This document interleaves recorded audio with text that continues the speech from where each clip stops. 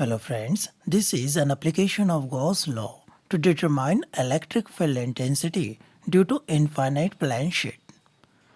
Infinite plane sheet का मतलब होता है ऐसी प्लेन शीट जिसका डायमेंशन अननोन है, जिसकी लेंथ और ब्रेड्थ के बारे में हमें कोई जानकारी नहीं है। ऐसी प्लेन शीट को हम इनफाइनाइट प्लेन शीट कहेंगे। When we deposit charges on such plane sheet, these charges will be distributed over the given surface area. This charge upon area is called surface charge density of the plane sheet. It is denoted by sigma. Our aim is to determine the electric field intensity due to this infinite charge plane sheet. दोस्तों यहाँ जब charge conductor हम लेते हैं, हमारा उद्देश्य होता है उसके आसपास की जगह पर इलेक्ट्रिक फील्ड इंटेंसिटी डिटरमाइन करना। इस केस में भी हमें वही करना है। इसके पहले हम electric field intensity due to charge sphere, charge cylindrical conductor हमने देखा है। तो आज का ये एप्लीकेशन इनफाइनाइट प्लेन शीट का है। तो ऐसी केस के अंदर में हमें एक पॉइंट चूज करना होगा। तो कंडक्टर से कुछ ही दूरी पर पॉइंट पी को हमने सेलेक्ट किया। इस जगह पर इलेक्ट्रिक फील्ड इंटेंसिटी निकालने के लिए, डिटरमाइन करने के लिए हमें गॉसियन सरफेस की ज़रूरत पड़ेगी जो इन चार्जेस को एनक्लोज्ड कर सके। बट फ्रेंड्स, ये सभी चार्जेस एनक्लोज्ड कर पाना मुश्किल है क्योंकि प्लेट का डायमेंशन अननोन है।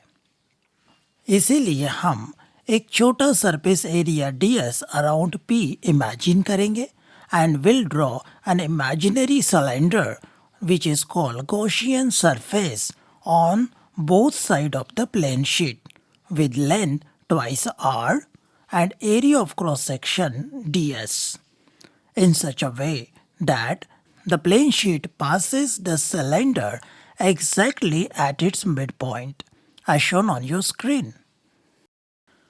In electrostatics 4 video, we have discussed about the properties of lines of force, where we had seen the lines of force originates from a positive conductor and directed perpendicular to plane sheet. Therefore, electric field will be directed outward and perpendicular to plane sheet. On ds, both electric field due to charge enclosed by Gaussian cylinder and area vector ds are along same direction. दोनों का direction same होने का मतलब है angle between them will be zero that ensures maximum flux through this area ds. अगर हम बात करते हैं curve surface of Gaussian cylinder की, ये area perpendicular to direction of electric field है। इस वजह से net flux through curve surface area of cylinder would be zero. तो नेट फ्लक्स जो हमारा गॉसियन सरफेस से हो रहा है वो सिर्फ और सिर्फ इस प्लेन सर्कुलर एरिया में से हो रहा है। ये ऐसे सरफेस एरिया 2 times ds है। तो net flux through entire Gaussian surface would be 2 times EDS. According to Gauss law, net flux phi equals charge enclosed by Gaussian surface divided by epsilon 0, where epsilon 0 represents permittivity of the free space. Friends, यहाँ पर जो charge enclosed है उसका मतलब है charge deposited on this ds surface. तो charge deposited on ds surface हमारे पास आना चाहिए surface charge density sigma times surface area ds.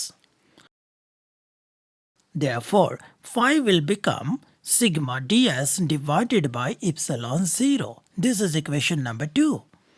Equation number 1 and equation 2 have same left hand side. Therefore, from equation 1 and 2 we get 2 times EDS equal to sigma times ds divided by epsilon 0. Cancellation of like terms from both sides yield E equals sigma divided by 2 times epsilon 0. Friends, ये रहा electric field intensity due to infinite plane sheet. many of the students find difficult to solve the problem. इसके पीछे की एक वजह ऐसी है कि वो एकदम से हायर लेवल के क्वेश्चंस के साथ डील करते हैं। सबसे पहले कंसेप्ट को बिल्ड करिए। कंसेप्ट बिल्ड होने के बाद एलिमेंट्री लेवल के जो क्वेश्चंस होते हैं उससे जुड़े उसे सॉल्व करिए।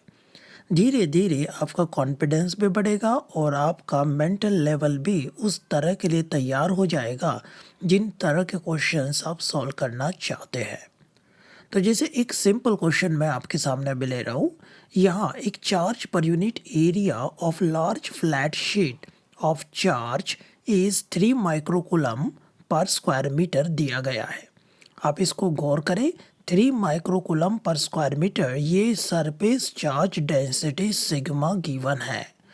जब मैं इसे गिवन डाटा में लिखूंगा तो मैं इसे माइक्रो हटाकर लिखूंगा, अर्थात मैं इसे ऐसा यूनिट में कन्वर्ट करके लिखूंगा, जैसे 3 इंटू 10⁻⁻6 कूलम पर स्क्वायर मीटर। अब calculate electric field intensity at a point just near the surface of the sheet. तो शीट का एक ही फॉर्मूला है, कौन सा? Sigma divided by 2 times epsilon 0। तो यहाँ हम लिखेंगे 3 इंटू 10⁻⁻6, ये सरफेस चार्ज डेंसिटी का वैल्यू हो गया, divided by 2 into epsilon 0। Epsilon 0 का वैल्यू मुझे लिखना 8.85 इंटू 10⁻12। इप्सिलॉन 0 का वैल्यू आपको क्वेश्चन पेपर के शुरुआत में दिया रहता है, वहाँ से आप ये डाटा कलेक्ट करके डाल सकते हैं, मतलब you need not learn it. अब हम इसे सिंप्लीफाई करते हैं और हमारा आंसर आना चाहिए 1.7 into 10⁻5 newton per coulomb. This is a very simple question but very important to build your concept. उम्मीद है दोस्तों आपको आज का विषय समझ में आ गया। पसंद आए तो लाइक जरूर करना और दोस्तों के साथ शेयर करना ना भूले। वीडियो सबसे पहले आप तक पहुंचे इसके लिए सब्सक्राइब का बटन जरूर दबाना।